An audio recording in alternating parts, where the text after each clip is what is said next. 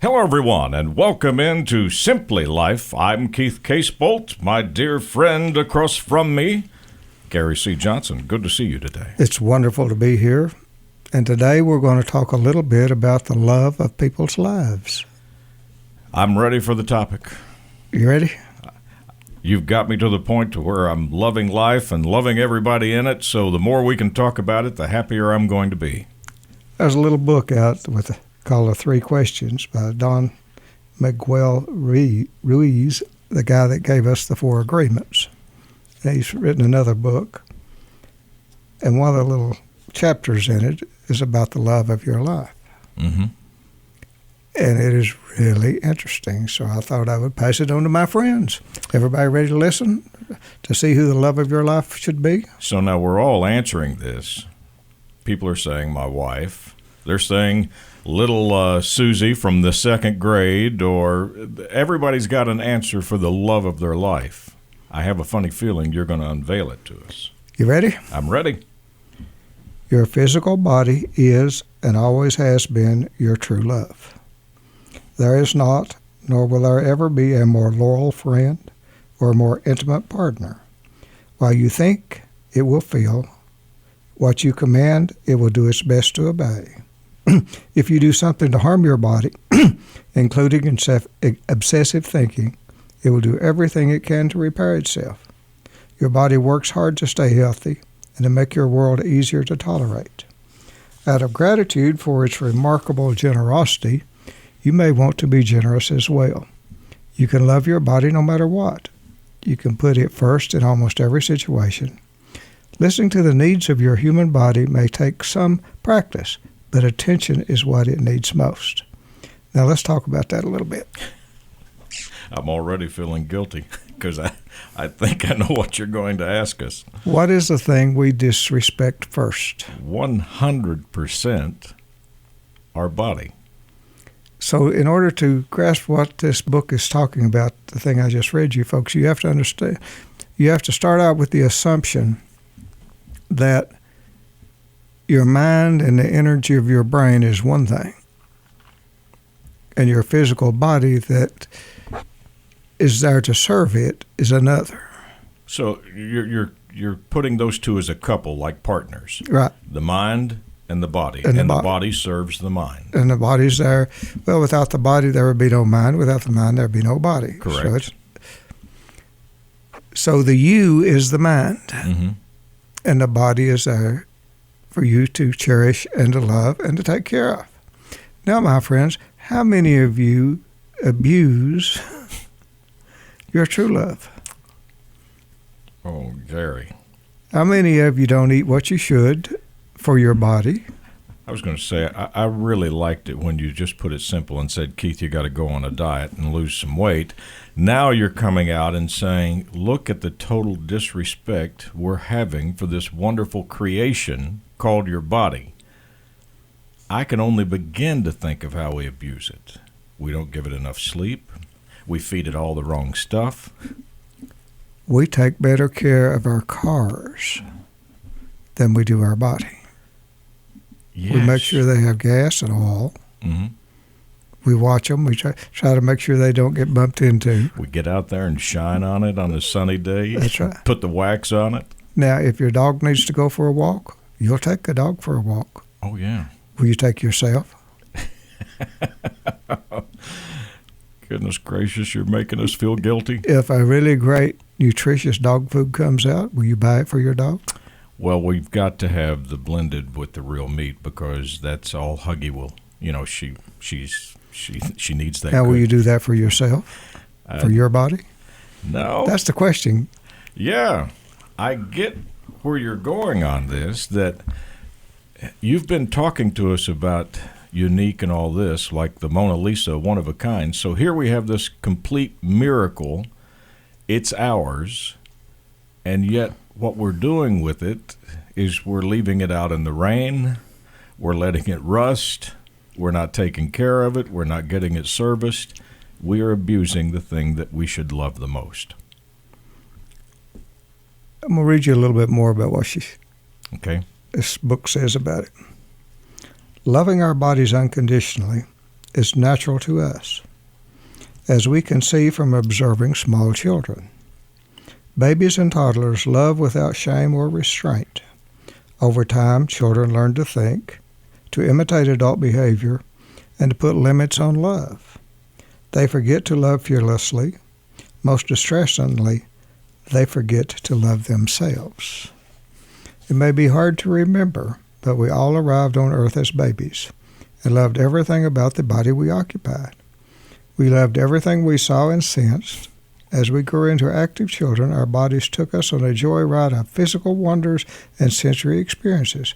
We thrived in this paradise, and then, it seems, we were banished from it. We were told many stories as we grew up, and we believed them all. A few stories suggested there was something sinful, even ugly, about our bodies. Many stories caused us shame. We learned to blame the body for most of life's disappointments. It's not my fault, the mind learned to say. I'm only human. But the mind isn't the human body.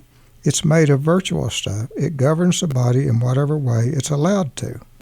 How many of us were taught to love our bodies? Health trends come and go, but listening to your body is a different skill. Where is your attention when you eat, when you exercise, when you're preparing to sleep? Most of the time it's on past regrets and future worries.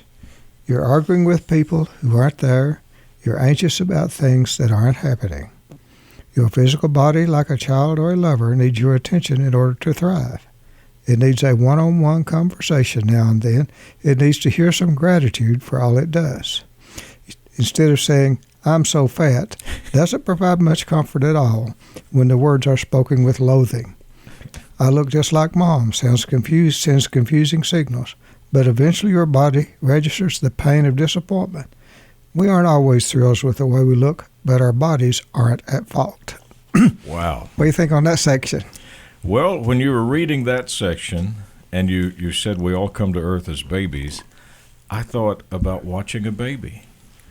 A baby looks at its body in amazement. It looks at its hands, its fingers, it wiggles its toes. It's like the baby is looking at this creation in awe of the physical body. And what do as grown-up people? We jump up, throw clothes on it, take off, and never consider it. We practice tyranny toward our body. Yes. Literally, mentally and physically. But, my friends, we're going to change that, aren't we? Well, it seems to change. Here's the unfortunate thing, and no one would know this better than you. Only when we lose it. Only when something happens to it. Only when the body is so broken and can't perform do we start showing it that respect. Yeah. Not before. When it should have the utmost respect every morning. You should wake up and look around at your body and say, boy, I'm glad you're with me. You've got me thinking really now. Here we are going into the winter. We'll go out and let the car warm up before we try to drive it. We don't get up with the body and stretch it and exercise it and warm it up before we go out to use it. Right. But we do that for the car. Well, we do it so we can be warm, but it's the same sense. Yeah, but the principle is there. Yeah. I get what you're saying. So that's the lesson of this week, is my friends are going to take care of their bodies. They're going to respect it. Whatever shape it's in now, my friends are going to try to see if they can improve it by giving it some more consideration. Yeah, let's stop right there and talk about that, because I got overwhelmed this weekend with reading a little bit of some of the stuff you've given me. And I started asking myself the question, with everything that we have experienced and with all the habits we've got, good or bad, can we change? Is it possible to stop all of the bad habits? Is it possible to just stop in your tracks and say, I'm going to do what Gary just said? No, but it is possible that you can start. It is possible that you can be aware. It is possible that with time, your chatterbox will conform and you will change with time. Because for the better. In other words, if you've never thought about taking care of your body, then now is the time to start thinking about it.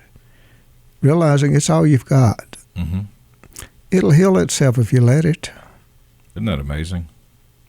It's the best friend you've got. It should be your true love, your body should. It's got an immune system that will protect you from all the stupid stuff you're trying to do to make it sick. Mm-hmm. Yeah. Of getting out and into the cold and doing all the things you do. But yet we don't respect our bodies because of what we've been taught or whatever over the time. We're embarrassed. Well, it's what you got, folks, and it's who you are. And whatever shape your body is in right now, it's what it is. Now look at your body and say, now, is it its fault or my fault that it's in the shape? Yeah. That it's the way it is. And you're not just talking about losing weight. No. You're talking about the stress that we put on ourselves, the downright abuse of sleep, everything that we do to every part of us is what you're talking about. Just getting angry affects your body. Yes. So what I'm saying to you, folks, is remember that whatever you're doing with your mind, which is you, is going to impact your body. Now, stress can make you sick. Stress can kill you. Listen, I can attest, because at one time I was on a cholesterol pill, a blood pressure pill, an esophagus pill for acid reflux. Every time I would get diagnosed, the first question was, you got any stress? Stress, pressure, worry. And your body was paying the price. And the abuse was to the body that was saying, you're not treating me well. Well, it's not that you're on the wrong track. The body was trying to tell you to change because you were going to kill it and you. Yeah, and Gary, now it almost seems so simple. So when we take the body on a vacation and we get up and we take it out to the mountains or to the beach and we take that walk and that fresh air and we're relaxed, we always say these words, boy, I feel better. You feel better because you just treated, as you said, the love of your life better. I'm going to read you a little bit more from the book, The 3 Questions by Don Miguel Ruiz, R-U-I-Z. It's a little bitty book. He's talking about our body, and we've read some of it already. And here, I'm going to read some more because I think this is interesting stuff. It is. Our bodies glow when they feel love. They're energized when they feel the truth expressed in action and words. They perform well when we feed them well. They strut when we dress them up. They breathe and bounce when we let them take us for a stroll, a bike ride, or a swim. That's the way we would normally describe a pet. And most of us are far more concerned about the health and happiness of our pets than our own bodies. We're activists when it comes to giving our dogs nutritious food or runs in the doggy park. For some reason, we can't commit to loving our bodies in the same way. The human body serves us in ways we can't imagine. It compensates for our offenses and keeps on going. It overlooks our crimes. It heals itself, often before we know we're sick. Emotions are important. They maintain the health and metabolism of the body in much the same way that weather patterns balance the planet's metabolism. But the body, doing countless jobs to sustain our health, can be overwhelmed by the drama you create. It has to support so much indignation, outrage, and fear, and rise to our heights of joy. It has to support our convictions and superstitions, and it has to support our absurd theories about love. Wow. What do you think? Isn't that neat? I think you've given us a whole different look at what we possess. Again, the purpose of this program is to get my friends to think, right? Think. You know, for our friends that remember the program that you did several weeks ago when you had the 10 things that make your body a miracle, and we found out all about the heart, the lungs, the brain, and everything, You pointed all that out, and yet now you're coming back and saying, even though I proved to you you're a walking, talking miracle, you still are not showing the love and respect To the body. to the body. I'm going to read you one more paragraph about what he has to say about the body, okay? All right. And it's talking about your body being the love of your life. Unconditional love is love. Everything else is a distortion of love. Love is not one emotion, but the totality of every emotion. It is the force of life.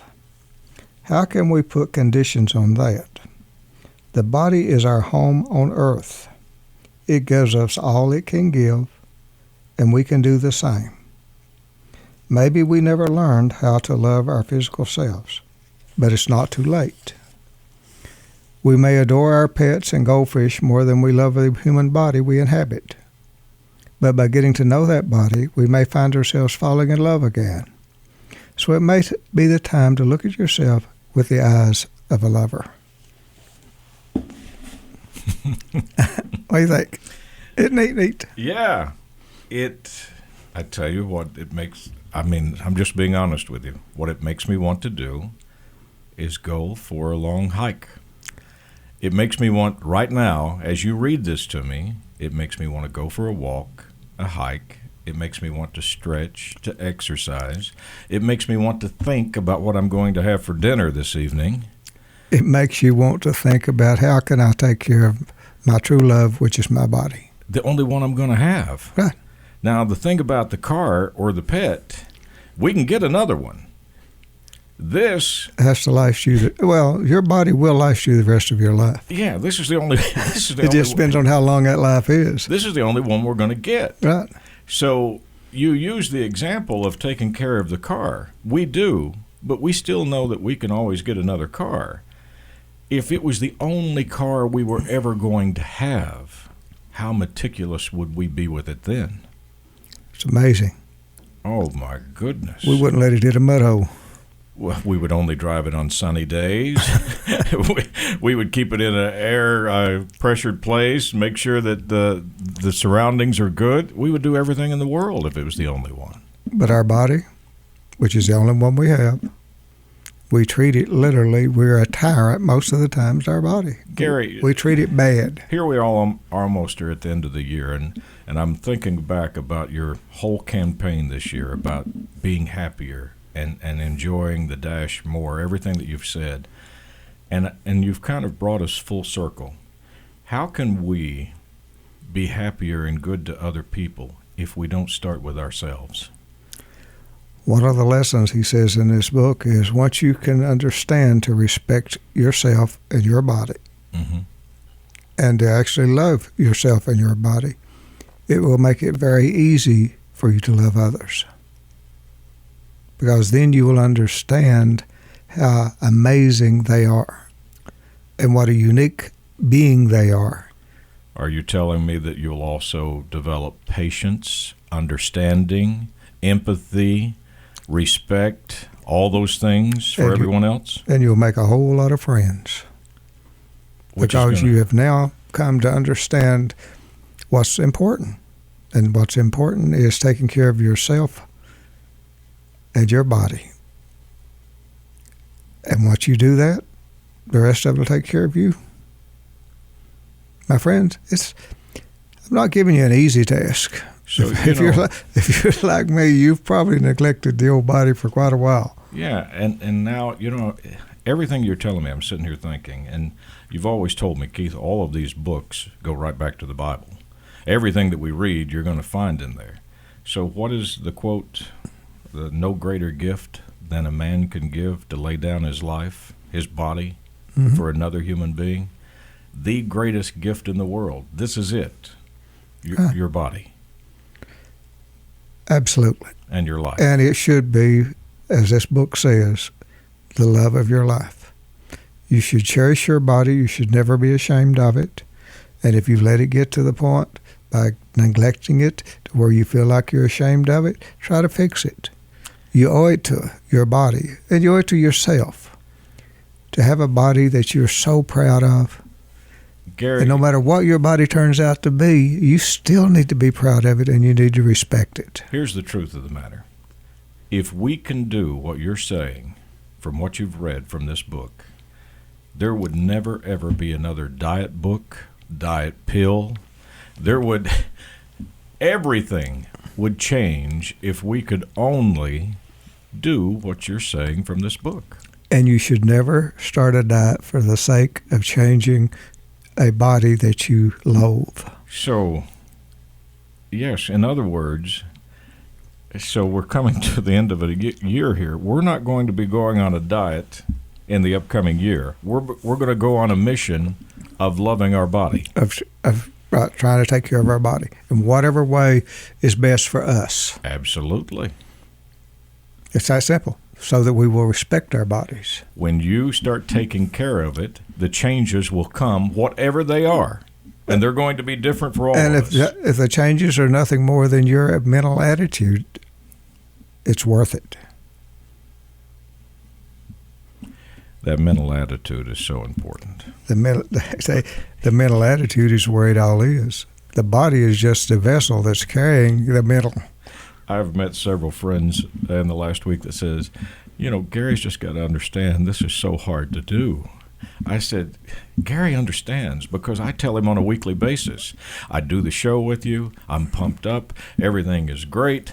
I go out. I get in the car. Chatterbox starts. Hey, you got a bunch of problems you need to take care of. Have you thought about this? Have you done this? You know this is coming, blah, blah, blah. And the next thing I know, there went that good feeling that I had on the show because of the chatterbox. This book talks a lot about that chatterbox and how you need to make peace with him and retrain him. Negotiate. Okay. I have a funny feeling that could be a complete show. We'll read some more out of this book on a few of the other programs, but that part of the book, when I read it, hit me more than anything was the section on the love of your life, because I didn't know what it was going to be when I started reading it. Well, the first thing we're going to say is our spouse. When we're going to come to the love of our life. Or, That's right. Or an individual in our life, whoever it is, we're going to say, that's the love of my life. And you just pointed out, it should be the second love of your life. Your body should be the first. This was fantastic. I mean, you really give us a lot to think about in this. You took the fact of being unique to a complete further step. One other thing I want to throw out to my friends, look around at the people that are in your life and that you see every day, and look at the amazing difference in their physical being. What you see that's so different than you, period. Mm-hmm. And then look up in the sky and say, Lord, you made everybody different on the outside. Did you do the same thing on the inside?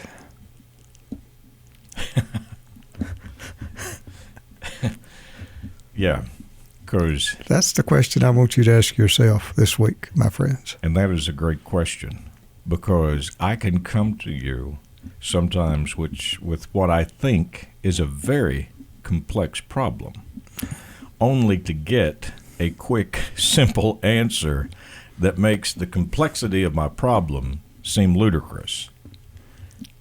There's a difference in all of us, physically and mentally.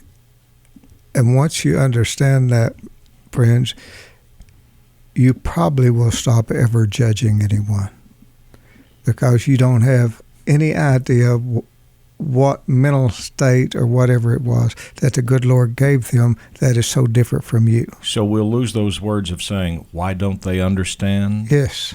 Why can't they figure this out? Mm-hmm. Why are they having trouble with this? Because they're not you. They're not you. They're different inside and out. Yes. Let's pass that on to you folks. Give you a little something to think about this week. Gary, the show is called Simply Life. I don't know how simple it is being, but I can tell you one thing. It is more enjoyable to think about and to talk about. That's and right. it is, as it was said, it's just enough to wonder about. What a miracle. And look in the mirror and say to yourself, I love you.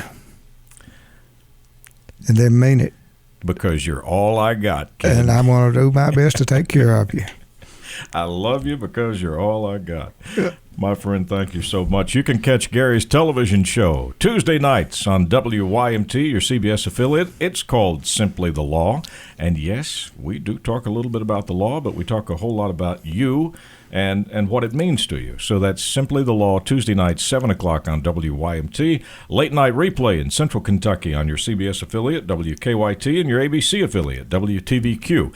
If you need to get in touch with Gary, you can do that at GaryCJohnson.com. Or in this hectic world, Gary's made it really simple for you. Just pull out your cell phone and hit pound hurt. It'll ring right through to Gary's office.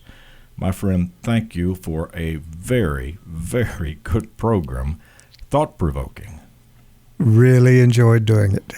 On behalf of Gary C. Johnson, I'm Keith Casebolt. Thank you so much for tuning in. As always, Gary and I look forward to seeing you again next week, right here at this same time.